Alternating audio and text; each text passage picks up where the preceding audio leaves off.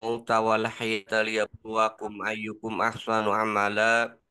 Asyhadu an la ilaha illallah wahdahu la syarikalah wa asyhadu anna sayyidana Muhammadan abduhu wa rasuluh alladzi la nabiyya ba'dah. Allahumma shalli ala Muhammad sayyidil mursalin wa imamil muttaqin wa ala alihi wa sahbihi wa man da'a bi da'watihi ila yaumil qiyamah ma ba'du. Wa qala Allah Ta'ala fil Qur'anil Karim, A'udzu billahi minasyaitonir rajim. Bismillahirrahmanirrahim. Kuntum khaira ummatin ukhrijat linasi ta'muruna bil ma'ruf wa tanhauna 'anil munkar wa tu'minuna billah al-ayah. Wa qala Rasulullah sallallahu alaihi wasallam, man amila amalan laisa alaihi amruna fahuwa raddun al-hadis.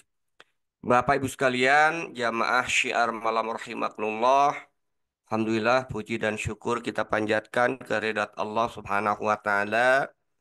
Karena pada kesempatan malam yang berbahagia ini, kita bisa bertemu kembali ya setelah dua atau tiga kali pertemuan kita libur ya. Karena tadi sudah disampaikan, saya dapat amanah untuk membimbing jamaah untuk melaksanakan umroh ya. Berangkat tanggal 6 itu kan baru pulang kemarin tanggal 18 hari Selasa pagi. Nah, sehingga kita baru bisa bertemu kembali pada kesempatan malam ini untuk melanjutkan kajian. Dan ini mungkin di akhir bulan Sya'ban ya. Karena kalau nggak salah, insya Allah minggu depan kita sudah memasuki bulan Ramadan ya kan. Nah, karena itu mudah-mudahan di akhir bulan Sya'ban ini ya kita catatan amal soleh kita ya itu dilipat gandakan oleh Allah Subhanahu wa taala, dan salah satu yang kegiatan rutin yang kita lakukan adalah setiap Senin malam ini yaitu kita bedah kitab, bedah buku, sharing terkait dengan kritik terhadap pemikiran kapitalis barat. Dan tidak terasa ini sudah memasuki ke pertemuan ke-14 ya. Jadi pada malam ini kita akan membahas ya, mudah-mudahan bisa selesai 1 jam lebih itu kan, suara saya masih kuat untuk dilanjutkan. Kita akan membahas malam ini eh, kritik terhadap akidah baratnya itu kan. Jadi mohon izin share ya supaya cepat ya. Jadi pada eh, kesempatan minggu terakhir ya, kalau di saya lihat itu tanggal 3 ya. Tanggal 3 kita membahas di bagian kritik terhadap akidah barat ya, akidah barat kapitalis. Ini bagian keduanya. Di bagian akhir ya, slide yang saya buat pada saat itu, ini slide terakhirnya, kita menjelaskan bahwa ada tiga fungsi ya sekulerisme dalam pemikiran kapitalisme barat ya sebagai akidah. Yang pertama sekularisme sebagai akidah, kemudian yang kedua sekularisme sebagai dasar pemikiran, dan yang ketiga sekularisme sebagai kepemimpinan berpikir. Jadi sebagai kaidah fikriyah, sebagai kiadah fikriyah, dan sebagai akidah sekularisme. Nah, pada kesempatan malam ini kita akan membahas poin yang pertama ya. Berarti ini ada 2 poin lagi terkait dengan akidahnya itu, yaitu nanti minggu depan akidah yaitu sekularisme sebagai dasar pemikiran dan akidah sekularisme sebagai kepemimpinan berpikir. Nah, sekarang kita akan melihat bagaimana rusaknya ya sekularisme sebagai akidah yang ini menjadi eh, kebanggaan Barat dengan sekularismenya. Mereka seolah-olah menganggap kemajuan yang mereka capai hari ini itu akibat memisahkan agama dari kehidupan. Padahal faktanya kalau kita lihat itu adalah bukan kemajuan yang mereka dapatkan, tapi adalah kerusakan dari berbagai sektor kehidupan. Secara materialis, materi mungkin mereka tumbuh, mereka maju, tapi secara moral, secara ritual, mereka adalah orang-orang yang sangat rusak, gitu kan. Nah, dari kita lihat yang pertama ini, ya, rusaknya sekulerisme sebagai akidah. Kalau kita perhatikan, kita refresh kembali apa sih definisi akidah dalam perspektif Barat, ya kan? Jadi di dalam kitab tersebut didefinisikan, ya, akidah menurut perspektif Barat itu tidak lain adalah konsepsi negatif dan sinonim dengan keimanan, ya. Jadi Barat justru kalau kita perhatikan, jadi sejak eh, pendefinisiannya itu mereka melihat bahwa akidah itu konsepnya itu sudah negatif, ya. Dan mereka memahami bahwa akidah tadi sinonim dengan keimanan pada agama yang sifatnya ritual. Nah, sehingga menurut persepsi mereka, akidah itu diartikan atau dimaknai, ya, itu sebagai penerimaan akal atas sesuatu kebenaran yang memiliki tabiat superior. Artinya, walaupun tidak logis, walaupun tidak sesuai dengan akal mereka, mereka harus terima. Itu yang disebut dengan konsepsi negatifnya. Makanya dalam persepsi mereka, akidah itu sifatnya itu dogmatis. Diyakini atau tidak, sesuai dengan logika mereka atau tidak, harus mereka akui, itu kan. Nah, itu adalah mereka mendefinisikan akidah. Nah, padahal kalau kita lihat, definisi itu jelas sesuatu yang keliru, gitu kan. Kenapa keliru? Karena kalau kita lihat, yang disebut dengan akidah, ya, konsepsi akidah yang benar, yang disampaikan oleh pengarang kitab ini, yang dimaksud dengan akidah itu adalah pembenaran yang pasti yang membentuk pemikiran yang mendasar. Jadi, tasdikul zajam, ya. Pembenaran yang bersifat pasti. Berarti kalau pembenaran itu masih tidak bersifat pasti, itu bukan akidah. Dan pembenaran terkait dengan akidah ini, ya, pembenaran yang bersifat pasti ini, itu tidak hanya terkait dengan agama dalam pengertian sempit, ya kan? Jadi pembenaran ini dapat terkait dengan agama ataupun tidak berkaitan dengan agama. Jadi akidah itu sesuatu yang bersifat pasti kebenarannya. Nah, ini definisi yang tepat, ya. Nah, kalau kita perhatikan, karena itu kalau kita lihat eh, unsur penting dalam akidah, ya, itu adalah di sana ada kepastian, ya. Ada kepastian pembenaran yang didasarkan kepada dalil atau bukti. Jadi pembenarannya itu didasarkan kepada dalil atau bukti, bukan didasarkan kepada dugaan. Nah, dalil atau bukti itu bisa berupa apa saja. Jadi dalil, bukti, ya, itu tidak harus dalam bentuk fisik, gitu kan. Ya. Bisa juga non fisik, ya. Nah, dalil ini tergantung, ya, pada tabiat dalil yang dijadikan sandaran untuk membenarkan, ya, terkait dengan sikap atau membenarkan terkait sesuatu yang memang wajib dibenarkan, ya kan? Nah, dari sinilah kemudian kita bisa melihat ini contoh akidah, gitu kan. Jadi orang komunis membenarkan tidak ada Tuhan, atau yang mereka sebut dengan ateis. Tuhan itu kemudian tidak ada. Itu adalah akidah orang komunis. Dan mereka menyatakan bahwa alam semesta itu adalah sifatnya materi. Berasal dari materi dan akan kembali kepada materi. Sementara akidah seorang muslim itu membenarkan eksistensi adanya Allah, adanya Tuhan, dan meyakini bahwa alam semesta adalah makhluk ciptaan Sang Pencipta. Nah, ini contoh, gitu kan. Jadi ini adalah definisi akidah yang benar, unsur yang penting ada di dalam akidah. Nah, Barat kalau kita lihat, ya, itu tadi itu keliru, gitu kan. rusak ya ketika mendefinisikan akidah. Sejak awal aja mereka mendefinisikan seolah-olah akidah, keyakinan itu sesuatu yang sifatnya dogmatis. Jadi mau logis atau tidak logis harus kemudian diterima, gitu kan. Nah ini jelas sesuatu keliru, gitu kan. Nah, ternyata perhatikan, ya, salah satu eh, kekeliruan Barat, ya. Kalau kita lihat tadi kan yang namanya bukti itu kan bisa apa saja, tergantung pada tabiat dalil yang dijadikan sandaran oleh orang yang akan membenarkan. Ya. Jadi kalau kita lihat, ya tergantung buktinya apa. Kalau orang misalnya sudah makan, buktinya apa? Ya itu tergantung, bisa beda-beda gitu kan.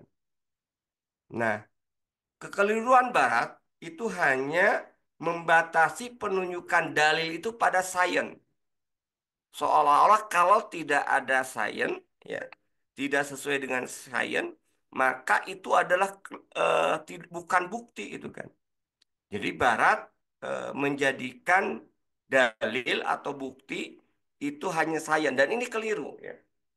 Nah, bisa kita lihat bahwa Barat eh, mengatakan bahwa eh, bukti itu hanya ada pada sains, gitu kan, ilmu itu kan. Jadi seperti yang disampaikan oleh Dominic Moran, ya kan, di dalam bukunya Die Existential, gitu kan. Dia menyebutkan bahwa jika menyangkut keberadaan Tuhan, maka para filsuf dan teolog Kristen telah sepakat bahwa kata dalil atau bukti yang tentu di dunia mereka itu kan telah dikenal dengan akurasi ilmiah. Ya. Jadi mereka mengatakan bahwa bukti itu harus dikuatkan atau ditunjukkan oleh bukti ilmiah, gitu kan. Sama juga pendapat Ratzinger, paus sebelumnya tentang iman Kristen. Dia mengatakan tidak ada yang mampu membuktikan secara matematis keberadaan Tuhan. Bahkan orang beriman itu sendiri tidak mampu. Artinya apa? Itu tadi, pokoknya Tuhan itu ada atau tidak harus mereka percaya. Ya, secara dogma itu kan. Makanya tadi kan di awal mereka menyebutkan bahwa definisi akidah itu konsepsinya itu sudah negatif itu kan. Artinya apa? Sesuatu yang tidak dapat dijangkau oleh akal harus mereka terima. Sesuatu yang tidak sejalan dengan sains menurut pendapatan mereka tetap harus mereka terima. Inilah kekeliruan pertama dari Barat yang menjadikan sains itu sebagai dalil atau bukti tentang eksistensi akidah gitu kan. Nah, sementara kalau kita bicara terkait dengan dalil, ya, itu dijelaskan hakikat dan eksistensi dalil, ya. Sebenarnya dalil itu tidak harus sains, tidak harus ilmu. Nanti kita akan tunjukkan ya di contoh-contoh di sini kan. Yang pertama, dalil itu bisa sesuatu yang menunjukkan pada apa yang dituntut. Ya. Jadi kalau seseorang dituntut untuk membuktikan, ya, misalnya dia dituntut untuk membuktikan bahwa darah dia itu golongan O, ya, berarti apa pembuktiannya? Yaitu diperiksa darahnya. Betulkah dia darahnya itu O atau tidak, gitu ya. Jadi tunjukkan apa yang dituntut, itu dalil. Yang kedua, dalil juga sebenarnya sesuatu yang mengantarkan kepada pemahaman terhadap masalah, gitu kan. Jadi bahwa oh ini ada masalah banjir, apa dalilnya, apa buktinya itu kan? Ya itu tinggal ditunjukkan aja gitu kan. Dan berarti ini realitas. Oh itu ada air yang misalnya mengalir itu kan, bukan pada tempatnya itu kan, di jalan dan bahkan sampai kemudian masuk rumah. Nah itu adalah mengantarkan kepada pemahaman oh terjadi banjir itu kan. Itu dalil fakta gitu kan. Kemudian yang ketiga, dalil juga bisa didefinisikan merupakan manhaj, metode yang membuktikan kebenaran pendapat atau kebenaran hipotesis. Makanya dalam penyusunan disertasi, dalam penyusunan tesis itu ada yang disebut dengan dalil juga. Saya waktu menyelesaikan tugas akhir program doktor, itu diminta untuk membuat dalil. Ya. Dalil yang diambil dari ya, dapatkan dari hasil penelitian. Nah, ini adalah pembuktian kebenaran pendapat atau kebenaran hipotesis. Itu juga dalil. Ya. Kemudian yang keempat, dalil juga bisa dalam bentuk pengetahuan yang harus ada untuk mengetahui tentang sesuatu yang lain. Ya. Jadi dalil itu sangat bersifat umum, gitu kan. Nah, kalau kita lihat dari hakikat dalil ini, kalau kita lihat, ya kan, sebenarnya sama itu kan, baik Muslim maupun non-Muslim menyepakati tentang definisi dalil yang pas, yang tepat itu ya seperti tadi. Ya. Misalnya kita lihat dari eh, ilmuwan Muslim ya, Abu Al-Khafawi di dalam bukunya dia menyebutkan yang disebut dengan dalil itu adalah pemandu, al-mursyid. Jadi kalau dalam thariqat itu dari yang disebut dengan mursyid, pemandu gitu kan. Dalil adalah pemandu atau al-mursyid yang menunjukkan kepada apa yang diinginkan. Kenapa disebut dalil? Ya, disebutkan ada dalil yang dimaksud itu adalah adal, penanda.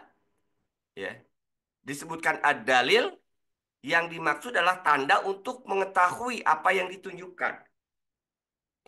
Dicontohkan misalnya asap itu menunjukkan adanya api gitu kan. Jadi asap itu dalil.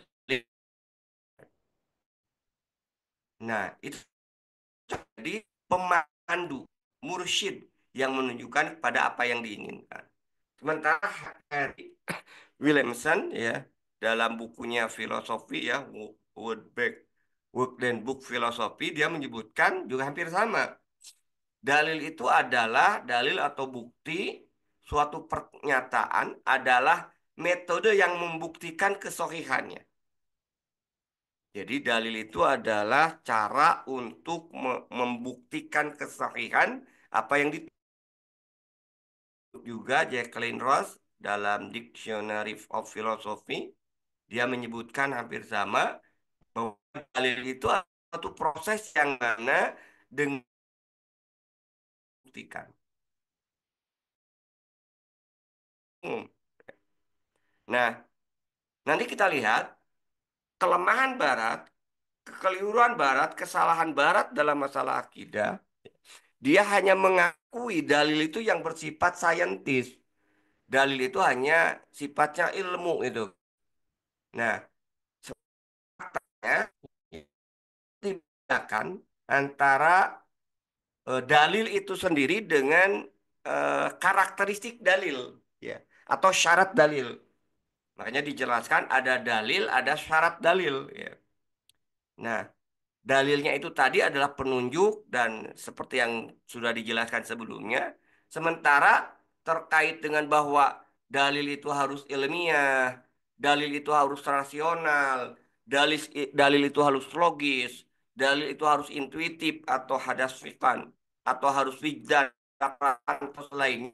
Ini sebenarnya karakteristik atau sifat dan isi dari dalil, bukan pembahasan tentang realitas dalil. Ya. Walaupun kenyataannya nanti ya dalil tadi karakteristik atau syarat-syarat yang bisa dijadikan dalil itu tergantung objek yang akan kita buktikan gitu kan. Jadi ketika berbicara terkait dengan ilmiah, rasional, logis, intuitif itu kan itu sebenarnya karakteristik tentang mursyidnya, bukan tentang dalilnya. Karakteristik tentang penunjuknya, bukan penunjuknya itu sendiri. Ya. Bukan dalil itu sendiri. Jadi karakteristik tentang dalilnya. Nah, di sini kita lihat kadang-kadang Barat itu tidak membedakan antara dalil dengan karakteristik dalil sehingga mencampur adukan antara dalil dengan karakteristik dalil ini gitu kan. Nah, eh, kita lihat ya kekeliruan ya. Kalau kita lihat dari pembahasan sebelumnya sebenarnya sudah disampaikan juga ada kekeliruan Barat kalau kita lihat tentang pembahasan masalah akidah. Ya. Pembahasan Barat tentang akidah itu bukan tidak dinisbahkan pada keberadaan pembenaran berdasarkan dalil atau berdasarkan selain dalil. Jadi mereka ketika meyakini akidah, yaitu akidahnya itu sekularisme, mereka menggunakan dalil. Dan menggunakan dalil itu kan. Tapi yang menjadi pertanyaannya adalah layakkah dalil yang dasar untuk pembahasan akidah itu gitu kan. Jadi kalau kita bicara menggunakan dalil dalam pembahasan akidah, mereka menggunakan dalil itu kan. Akan tetapi dalam konteks sandarannya yang dijadikan dalil itu yang keliru gitu kan. Dan faktanya kan tadi dalil itu memiliki karakteristik, memiliki sifat yang wajib ilmiah, kenal lainnya. Nah, tidak semua dalil layak untuk pembenaran yang bersifat pasti. Nah, ini masalahnya itu kan. Jadi, ketika akidahnya itu adalah sekularisme, yaitu memisahkan agama dari kehidupan, mereka menggunakan dalil. Tapi dalil yang digunakan itu dalil yang tidak tepat. Kenapa? Karena dalil yang mereka gunakan tidak menghantarkan kepada pembenaran yang bersifat pasti. Sementara akidah itu harus bersifat pembenaran yang pasti. Dan Barat ya, karena dengan mengagungkan sains ilmunya, mereka menjadikan scientific method, menjadikan ilmu itu sebagai dasar. Ini masalahnya. Jadi kesalahan yang mendasar, kesalahan yang fatal bagi Barat ya, ketika mereka mencari dalil untuk akidah, mereka menjadikan ilmu tadi ya itu sebagai dalil akidah. Padahal kalau kita lihat karakteristik ilmu itu tidak sampai pada yang ya, tapi ada yang zon. Tidak semua ilmu menghasilkan kebenaran yang mutlak. Dan sebenarnya itu sudah diakui oleh mereka. Makanya mereka mengatakan bahwa tidak ada kebenaran yang bersifat mutlak. Semua kebenaran itu bersifat relatif. Ya, kebenaran yang dihasilkan dari ilmu memang sebagian bersifat ya, relatif. Ya, walaupun ada juga yang bersifat pasti. Gitu kan. Nah, sementara kalau kita bicara terkait dengan masalah akidah, ya, itu nggak bisa menjadikan ilmu sebagai dalil, tidak layak. Jadi ilmu tidak layak dijadikan sebagai dalil bagi akidah. Kenapa? Karena dalam masalah akidah ada sesuatu yang tidak bisa diindra. Sementara ilmu sebagai dalil untuk akidah, ilmu scientific method itu harus didasarkan kepada sesuatu yang terindra. Ya. Sementara dalil yang terkait dengan akidah, ya, beberapanya tidak bisa diindra. Misalnya apa?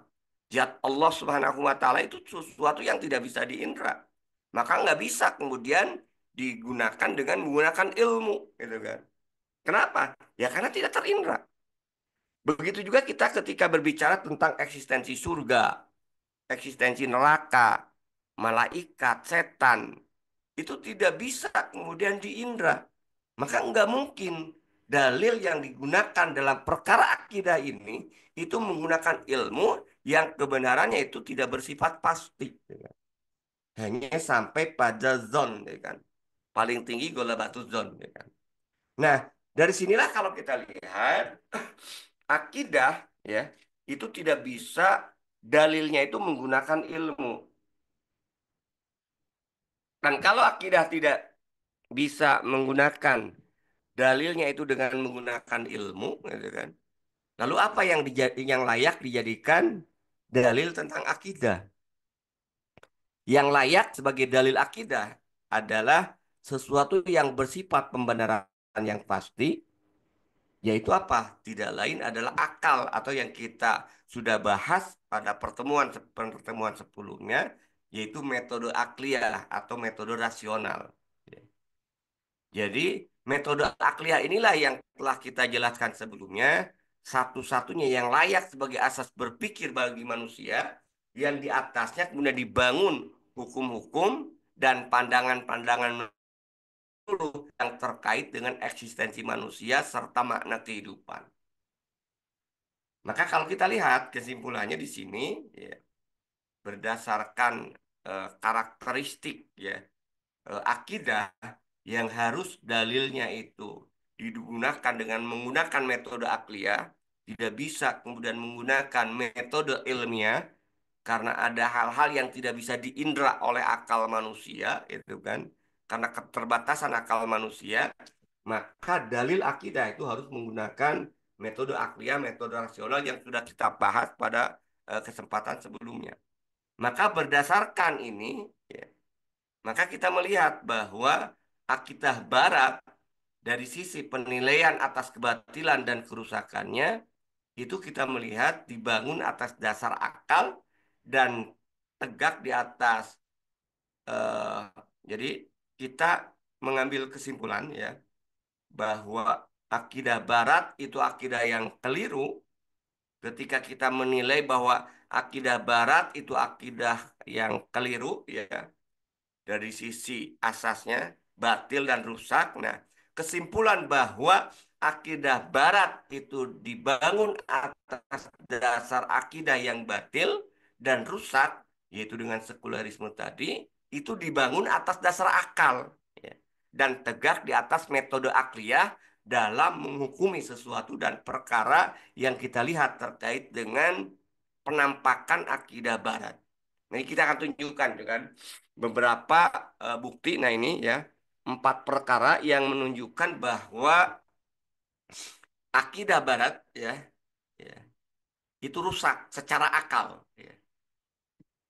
Jadi secara akliyah akidah Barat itu rusak, ya. Tidak bisa kemudian diterima dan bahkan tidak bisa sebenarnya eh, dibenarkan dengan akal yang sehat. Ya kan. Apa yang menunjukkan kerusakannya secara akal, secara akliah? Di buku itu disebutkan ada empat ya. Yang pertama adalah kalau kita lihat akidah Barat, yaitu sekularisme itu, realitasnya itu adalah hasil kondisi kemasyarakatan, kondisi politik dan historis Barat. Jadi kalau hari ini ada seorang ulama Naudzubillah dzalik itu kan yang mengatakan bahwa sistem politik Islam khilafah itu adalah produk dari politik bukan wahyu. Nah, otaknya itu sudah terpengaruh dengan otak pemikiran Barat. Ya kan. Dengan Baratnya dia mengatakan bahwa khilafah itu tidak ada di dalam Al-Quran, tidak ada di hadis, itu produk politik masyarakat Muslim itu kan. Naudzubillah min dzalik itu kan. Nah, kenapa? Ya karena memang kita bisa kan tidak muncul yang hasil dari kondisi kemasyarakatan, kondisi politik dan historis ya kan. Yang terjadi di Barat. Kita sudah bahas di awal-awal akidah Barat itu muncul ya. Kenapa? Kita katakan secara realitas ya kan, secara akal tidak bisa dibantah lagi bahwa akidah Barat itu muncul sebagai solusi jalan tengah kompromi konflik antara gereja dengan para pemikir di dalamnya itu intelektual dan para penguasa. Jadi jelas bahwa akidah Barat ini bukan dihasilkan dari pemikiran dan jelas tidak dibangun atas dasar akal pemikiran yang mustanir. Atau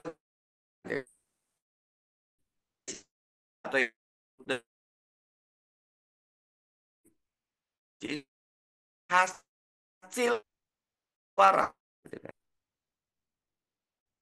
Jadi itu disebutkan bahwa di Dewan Perwakilan yang dilakukan pemungutan pada tanggal 3 Juli 1905, hasilnya menunjukkan 240 suara, 241 suara itu setuju dengan sekulerisme bagi akidah, sementara 233 itu menentang. Jadi artinya apa? Ini kompromi gitu kan. Hasil pemungutan. Ini bukan hasil akal gitu kan. Tapi hasil kesepakatan kompromi di antara mereka menolak yaitu peran agama kemudian dan kehidupan. Dan Dilan menjadi objek pemungutan suara di Senatnya di tanggal 16 Desember tahun 1905 Masehi. Hasilnya juga tidak jauh beda, itu kan. 181 suara setuju dengan sekularisme sebagai akidah ya dasar dan 102 menentangnya. Artinya apa? Ini hasil kompromi. Karena hasil kompromi, maka ya itu kita lihat. Jadi bukan hasil pemikiran yang mendalam terkait dengan sekularisme itu. Itu bukti yang pertama bahwa akidah Barat sebenarnya realitasnya itu adalah hasil kondisi sosial masyarakat, politik, dan historis yang cukup lama pertentangan di antara kelompok gereja dan kelompok-kelompok pemikir. Kemudian yang kedua, kalau kita lihat realitasnya, faktanya, sekularisme itu muncul sebagai penyelesaian konflik. Ya, kalau tadi itu adalah hasil kondisi masyarakat, ini ya mengokohkan kembali sebagai penyelesaian konflik antara gereja dan kaum pemikir dan penguasa. Dari mana kita bisa memahami realitas, fakta, ya, secara akal bahwa sekularisme itu merupakan penyelesaian konflik antara gereja dan kaum pemikir, kompromi yang mengharuskan masing-masing kedua belah pihak memberikan konsesi atas tuntutannya. Jadi kelompok gereja menginginkan semuanya urus diatur berdasarkan agama. Sementara sebaliknya, kaum pemikir, ya, intelektual menginginkan agama tidak boleh kemudian ada, ya, sama sekali bahkan awalnya itu kan. Nah, akhirnya terjadi kompromi itu kan. Kaum gereja mengurangi sedikit tuntutannya, oke, agama tetap harus kemudian diakui, tapi dia memberikan konsesi, ya, agama tidak masuk dalam ranah sosial, politik, dan ekonomi. Agama hanya masuk dalam ranah individu, ya, tidak masuk dalam konteks sosial. Sebaliknya, kaum pemikir, ya, intelektual yang tadinya menolak agama, dia memberikan konsesi juga. Oke, agama diakui, tapi ya tidak boleh kemudian berperan dalam kehidupan sosial, kemasyarakatan, dan politik. Nah, ini hasil kompromi, gitu kan. Ada konsesi masing-masing. Nah, sehingga kalau kita lihat realitasnya, yang kedua ini bahwa sekularisme itu pada realitasnya adalah solusi kepuasan di antara dua pihak yang berkonflik. Supaya udahlah capek lah mereka konflik terus-menerus, ya. Yang satu menolak agama, yang satu kemudian patuh terhadap agama, dibuatlah kompromi, ya. Agama itu tetap ada, ya. Yang menolak agama, ya, dia harus mengakui keberadaan agama, tapi dia masih diberikan konsesi dalam bentuk agama tidak boleh ngatur urusan sosial kemasyarakatan. Yang patuh terhadap agama diberikan konsesi bahwa silahkan urusan agama itu pada urusan pribadi masing-masing. Nah, jadi dari sini kita bisa melihat bahwa di poin yang kedua ini realitasnya menunjukkan bahwa akal barat itu tidak mengedepankan rasional untuk mengatasi permasalahan. Jadi sudah tidak rasional lagi itu kan. Istilahnya udahlah yang penting ada kesepakatan, konflik kemudian berakhir. Sehingga kalau kita lihat hakikatnya kita bisa mengambil kesimpulan bahwa akidah barat itu tidak menyelesaikan persoalan tapi justru sebenarnya lari dari persoalan. Persoalannya apa? Persoalannya itu agama ada atau tidak? Tuhan ada atau tidak? Itu kan soal tidak mau benar menyelesaikan. Hanya terjadi kompromi itu kan tadi. Ya. Itu yang kedua kan. Kemudian yang ketiga kalau kita lihat faktanya kalau kita lihat sesungguhnya dalam akidah sekularisme itu sebenarnya terdapat kontradiksi itu sendiri. Ya. Terdapat kontradiksi. Ya.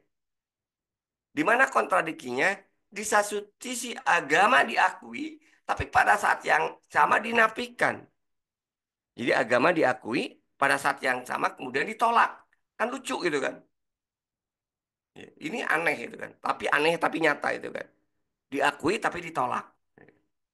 Nah, tapi tadi karena hasil kompromi tadi, pengakuan agama itu nampak dari pernyataan mereka pemisahan agama dari kehidupan. Jadi sekulerisme itu kan kemarin sudah kita bahas kan, ada pemisahan agama dari kehidupan, ada pemisahan agama dari negara itu kan, ada pemisahan agama dari masyarakat ya kan. Tapi esensinya berarti mereka mengakui agama itu ada. Ya. Tapi itu dinafikan. Dinafikannya apa? Eksistensi Tuhan, eksistensi Allah itu kan. Itu mereka nafikan. Kenapa? Karena Sang Pencipta Tuhan itu tidak mampu, tidak berkuasa untuk mengatur kehidupan mereka. Maka dari sinilah kemudian ada ungkapan yang kalau ini Injil jelas batil berarti ya. Makanya wajar Injil itu banyak dipalsukan itu kan. Ya, itu kemudian dikatakan bahwa ada bukan paradigma ya, peribahasa ya atau statement pernyataan kembalikan kepada kaisar milik kaisar dan kepada Allah milik Allah. Jelas ini adalah ungkapan, kalau ini jika ini adalah ungkapan dari Injil, maka jelas batil ya kan. Menunjukkan bahwa tadi itu kan mereka mengakui agama sekaligus menafikan eksistensi agama. Yang terakhir, Bapak Ibu sekalian, akidah sekularisme itu sebenarnya akidah yang menyalahi fitrah manusia. Kenapa? Ya tadi kalau kita lihat mereka mengakui bahwa beragama itu fitrah. Jadi sebenarnya di satu sisi mereka mengakui bahwa agama itu fitrah. Fitrah terkait dengan penciptaan manusia. Tapi kenapa kemudian menyalahi fitrahnya? Fitrahnya itu hanya dibatasi pada pensakralan dan ibadah saja. Ya. Padahal kalau kita bicara terkait dengan beragama, itu bukan hanya pada masalah pensakralan, tapi eksistensi agama juga nampak dalam ketidakmampuan mereka, kelemahan mereka dalam mengatur segala perkara. Makanya aturan-aturan yang muncul di hadapan mereka biasanya kontradiktif juga. Kenapa? Ya karena muncul dari jalan tengah tadi.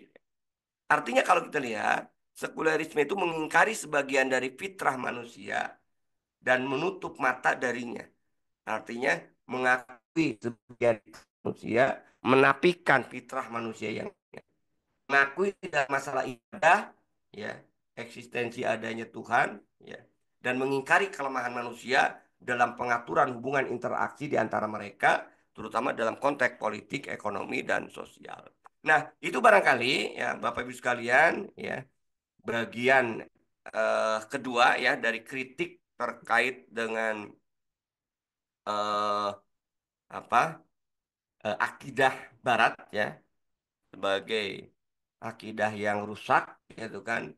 Nah, nanti kita masuk minggu depan ke topik berikutnya yaitu akidah sebagai sekulerisme ya atau akidah sebagai dasar pemikiran di mana letak kekeliruannya. Itu barangkali Ustaz Azhar, saya kembalikan. Terima kasih. Assalamualaikum warahmatullahi wabarakatuh.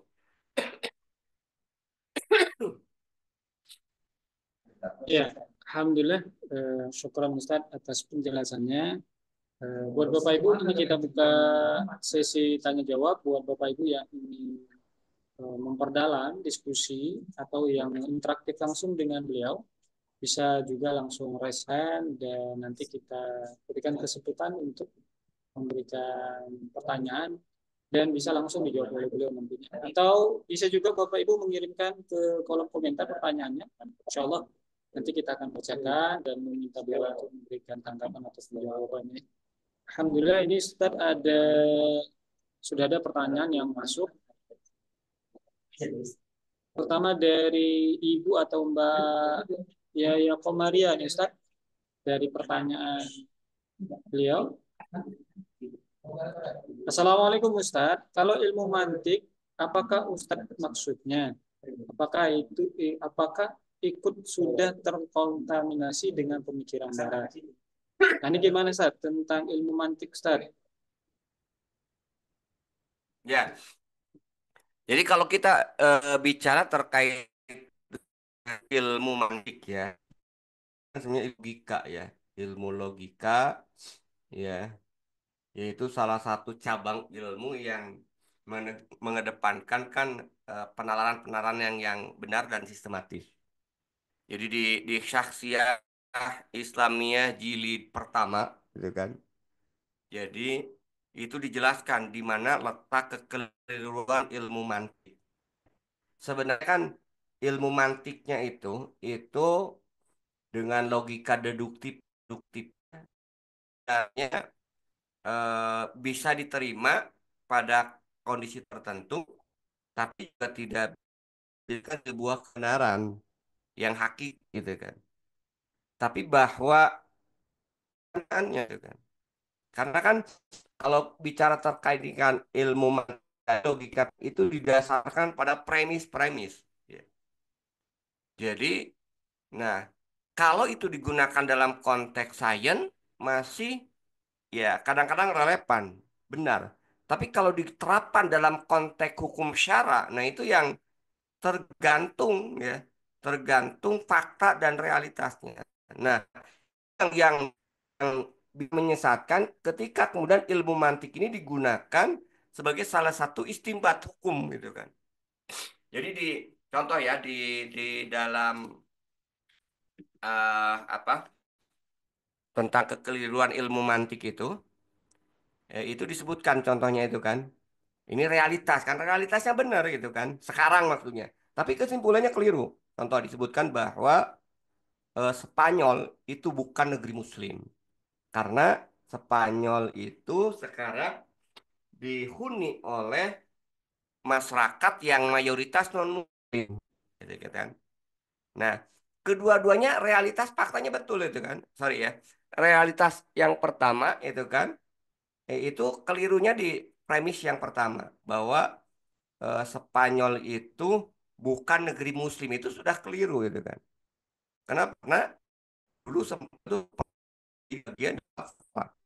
Nah, tapi realitas keduanya kan Spanyol sekarang dihuni oleh non-Muslim itu kan. Ya.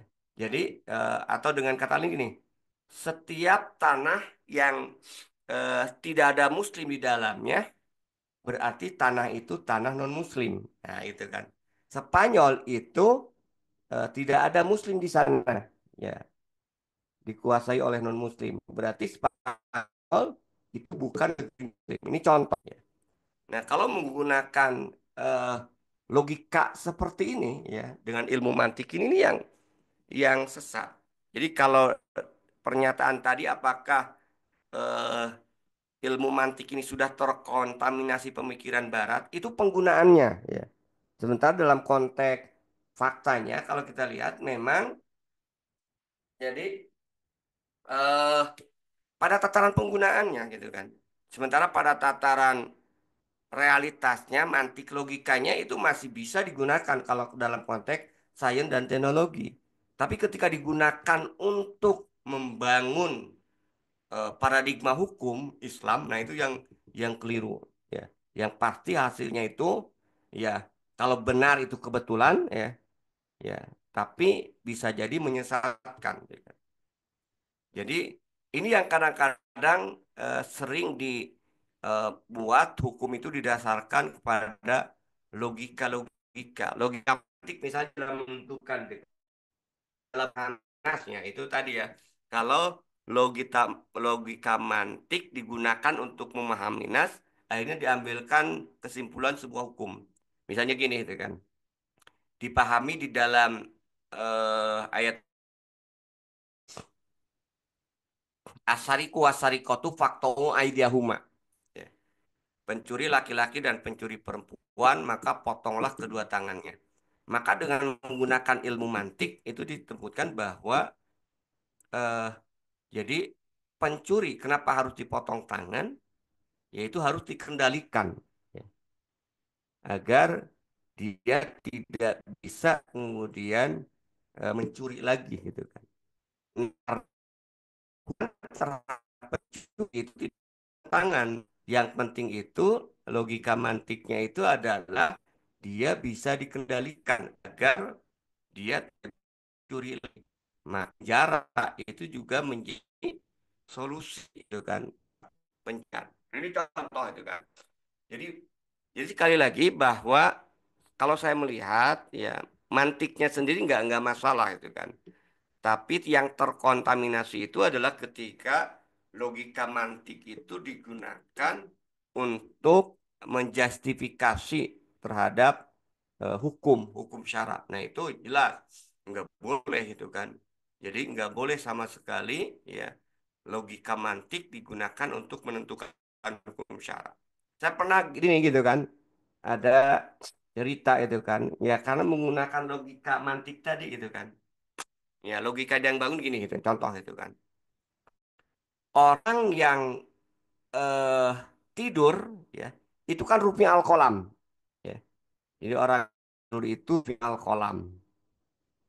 Nah, maka ketika seseorang tidur ya sampai subuh kebablasan ya, maka dia tidak berdosa gitu kan.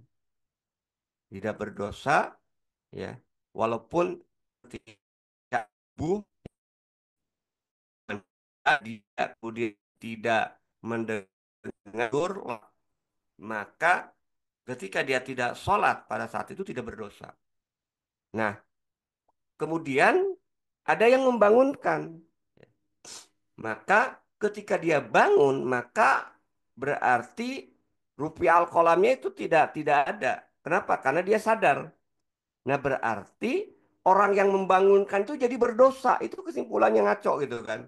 Saya pernah itu kan ada sampai seorang ustaz mengatakan kalau seseorang itu ya istilahnya itu ketiduran, biarkan jangan dibangunkan.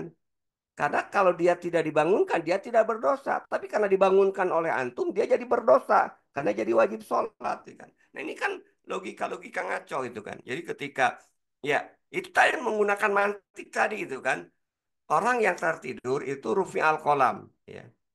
Maka ketika waktu subuh misalnya, dia lewat, ya nggak masalah. Biarkan. Tapi ketika dibangunkan, maka rufi al-qalamnya sudah apakah terjaga. Maka berarti nggak boleh kita membunuh orang yang tidur. Karena muat akhirnya berdosa. Ini kan kesimpulan yang ngaco itu kan. Ini contoh itu kan. Ketika eh, ilmu mantik digunakan dalam konteks pembahasan hukum syara. Gitu kan. Itu ya barangkali eh, Ibu atau Ustazah. Ya, ya, ya. Ya, Alhamdulillah syukur Ustaz. Ada pertanyaan selanjutnya dari Ummu Raisa. Ya, Assalamualaikum, izin bertanya Ustaz. Bagaimana cara yang mudah dipahami ketika menerangkan bahwa akidah sekuler adalah landasan yang salah dalam satu mabda? Bagaimana Tat tanggapan ini Tat? Jadi sebenarnya sederhana. Tadi sudah dipaparkan di kitab ada empat ya. Ada empat kesalahan sekulerisme ya. Itu secara realitas, secara akal ya. Yang paling sederhana itu kan sekulerisme itu mengakui mengakui Tuhan tapi sekaligus menolak Tuhan. Itu kan logisnya di mana itu kan? Itu kan gak logis kan? Mengakui Tuhan dan menolak Tuhan pada saat yang sama gitu. Ya. Tuhan akui pada satu sisi yang tolak itu enggak logis. Makanya saya katakan tadi orang yang sekulerisme itu sebenarnya enggak akalnya itu enggak sempurna gitu kan. Orang yang menjadikan sekularisme sebagai landasan dalam perilaku berbangsa bernegara itu orang yang akalnya itu enggak sempurna. Kenapa? Karena tadi dia mengaku Tuhan pada saat yang sama dia menolak Tuhan. Dia mengakui fitrah manusia pada saat yang sama juga dia ini manusia. Ini kan jelas sangat sederhana sebenarnya itu kan. Cuman tadi itu kan yang membuat rumit itu kan tadi karena dibungkus dengan pembahasan sains ilmiah, dibungkus juga dengan dalil-dalil, inilah yang akhirnya seolah-olah sekularisme itu menjadi sesuatu yang logis itu kan. Padahal kalau kita menggunakan akal sehat ya, sekulerisme itu sesuatu yang lucu gitu kan. Orang yang mohon maaf, yang akalnya itu terbatas orang yang sekulerisme itu kan. Tidak menggunakan akal secara optimal. Dari mana dia bisa memahami, dari mana akal bisa memahami secara benar misalnya menerima dan menolak pada saat yang sama. Gitu kan. Ini kan tadi itu kan. Jadi sebenarnya untuk menjelaskan sekulerisme itu adalah landasan yang sangat keliru ya, sangat mudah. Yang membuat rumit itu adalah karena otak kita sudah dengan pikiran barat, dengan pemikiran sekuler itu yang membuat seolah-olah sekulerisme itu sesuatu yang logis gitu kan. Tapi kalau ya orang yang kemudian ikhlas ya, orang yang kemudian hanif, maka sangat mudah untuk memahami bahwa sekulerisme itu adalah sesuatu yang salah, sesuatu yang salah diajukan. Jadi Allah tolak, fitrah diakui, fitrah manusia ditolak, kan itu lucu juga itu. Nah itu barangkali ya sederhananya. Wallahu a'lam. Ya, alhamdulillah sudah ditanggapi. Ustadz mungkin ini minta penjelasan juga Ustadz. Apakah ada potensi misalnya sembari kita juga menunggu jamaah lain kalau ada yang bertanya ini kesempatan kami untuk bertanya juga ini Ustadz setidaknya apakah Muslim itu bisa juga terpapar sekularisme Ustadz? Meskipun kita paham bahwa agama Islam agama yang sempurna. Kira-kira Ustaz, bisakah seorang Muslim itu terpapar sekularisme? Kehidupan kini misalnya. Mohon tanggapannya kan? Ya, sangat